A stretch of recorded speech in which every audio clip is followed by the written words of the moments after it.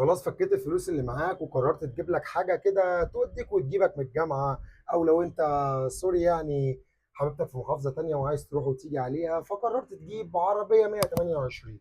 بس انت عايز ما تقابلش المعاناه اللي انت بتشوفها من ال 28 او اللي معاه 28، انها تعطل منك مره واحده، تضرب ريداتير، الموتور يرزع او يفوت خالص. فتعمل ايه؟ عن تجربه شخصيه انا عملتها. بص، اللي انا هحكيه لك ده يا صديقي انا اللي عملته وانا اللي جربته ونجح معايا بنسبه 95%. كانت الاعطال بسيطه جدا، وكانت زيارتي للفنيين هي تقدر تقول هي الزيت والفلتر فقط لا غير.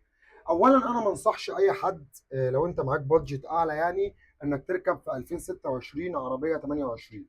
دي ما انصحش بيها اي حد.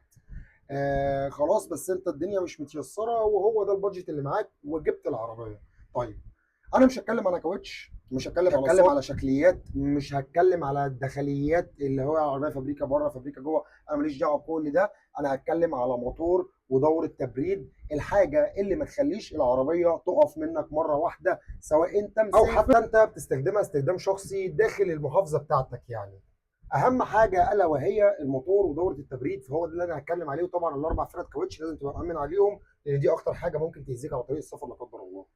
انا اول ما جبت عربيتي، وبالمناسبه نجحت معايا الفكره يعني، طلعت الموتور بالفتيس، عارف الموتور بالفتيس، طلعتهم بره حوض العربيه خالص. يعني رحت الفني ميكانيكي قلت له انا عايز اشوف الموتور والفتيس ده على ظرافه. قال لي هتعمل ايه؟ قلت له ريحني وامشي معايا خطوه خطوه. طلعت الموتور بالفتيس على ظرافه، بقى الموتور والفتيس متعلق قدام مني كده.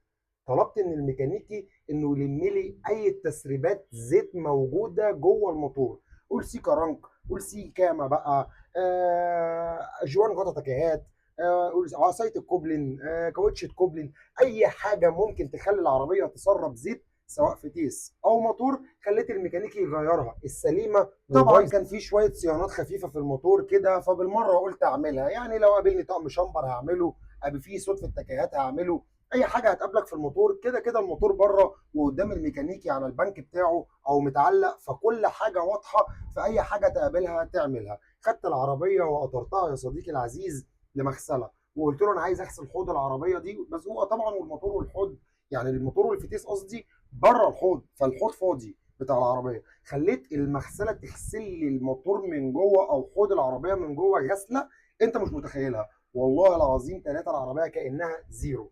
بعد كده رجعت للفني الميكانيكي علشان يقفل الفتيس والموتور. الريداتير سواء محتاج او مش محتاج، رحت الفن الريداتير وخليته يغير لي العلب ويسلكه كويس جدا من اي رواسب او طينه او صدى موجوده بسبب الميه. وبعد ما تخلص ده طبعا والميكانيكي مطلع موتور عربيتك بره، فلو في اي ترمبه ميه تعبانه او طوبه تعبانه بالمره يغيرها. كده تبقى انت حكمت الموتور ودوره التبريد، انت خلاص غيرت دوره الميه بالكامل، سلكت الريداتير، نظفت طوبه بالميه، غيرت ترمبه الميه، فما فيش اي عطل ممكن يقابلك مفاجئ لا قدر الله. وتستخدم ميه خضراء تركيز 33%، مفيش بعد شويه كده. الحاجات اللي انا حكيتها لك دي والله يا صديقي ما تكلفك اكتر من 7 8000 جنيه، بس اشتريت بيهم راحه بالك.